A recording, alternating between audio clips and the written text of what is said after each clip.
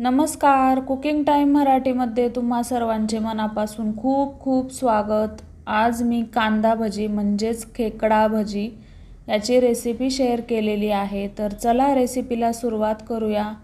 कांदा भजी बनवण्यासाठी इथं मी 2 वाट्या कांदा कापून घेतला आहे, म्हणजेच मध्यम आकाराचे 5 ते 6 कांदे कापलेले आहेत। कांदा मी अर्धगोल म्हणजे आडवा कापला आहे, पहा अशा पद्धतीने। तुम्हाला हवा असल्यास तुम्ही कांदा उभा देखील कापू शकता। आता हा कांदा आपल्याला हाताने चांगला मोकळा करून घ्यायचा आहे।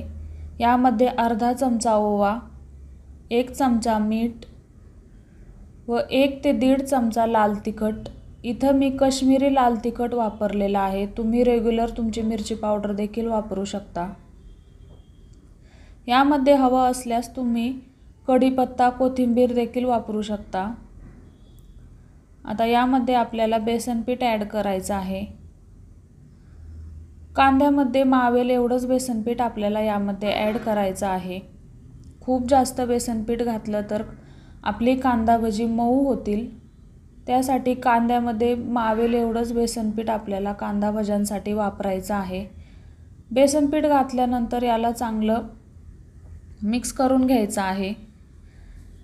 यामध्ये मी हळद घातलेली नाहीये, तुम्हाला हवं असल्यास तुम्ही थोडीशी हळद घालू शकता।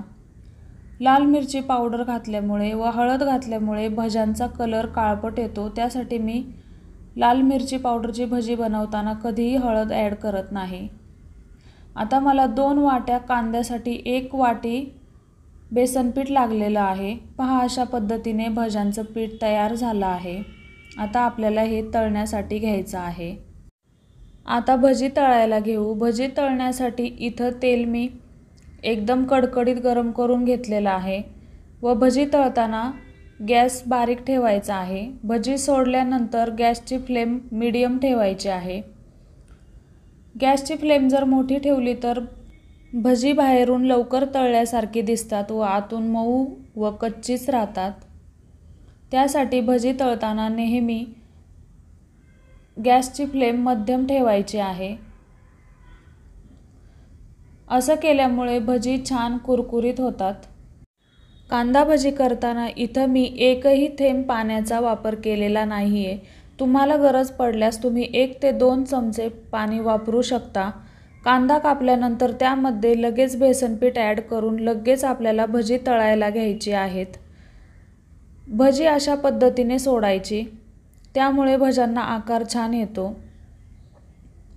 भजी सोडताना आपली बोटे जुळवलेली नसावीत, त्यामुळे भजी छान सुटसुटीत पडतात तेलामध्ये व छान कुरकुरीत देखील होतात। भज्यांभोवतीचे बुडबुडे कमी झाले की समजायचं आपली भजी तळली गेलेली आहेत। भजी बनवताना इथं मी सोडा वापरलेला नाहीये, त्यामुळे माझी भजी एकदम कुरकुरीत तयार झाली। मिरची तळून घेऊया। तर कशी वाटली तुम्हाला आजची रेसिपी आवडल्यास व्हिडिओला लाईक करा व शेअर करा व चॅनलला सबस्क्राईब करा। व्हिडिओ संपूर्ण पाहिल्याबद्दल तुम्हा सर्वांचे खूप खूप धन्यवाद। पुन्हा भेटूया नवीन रेसिपीसह।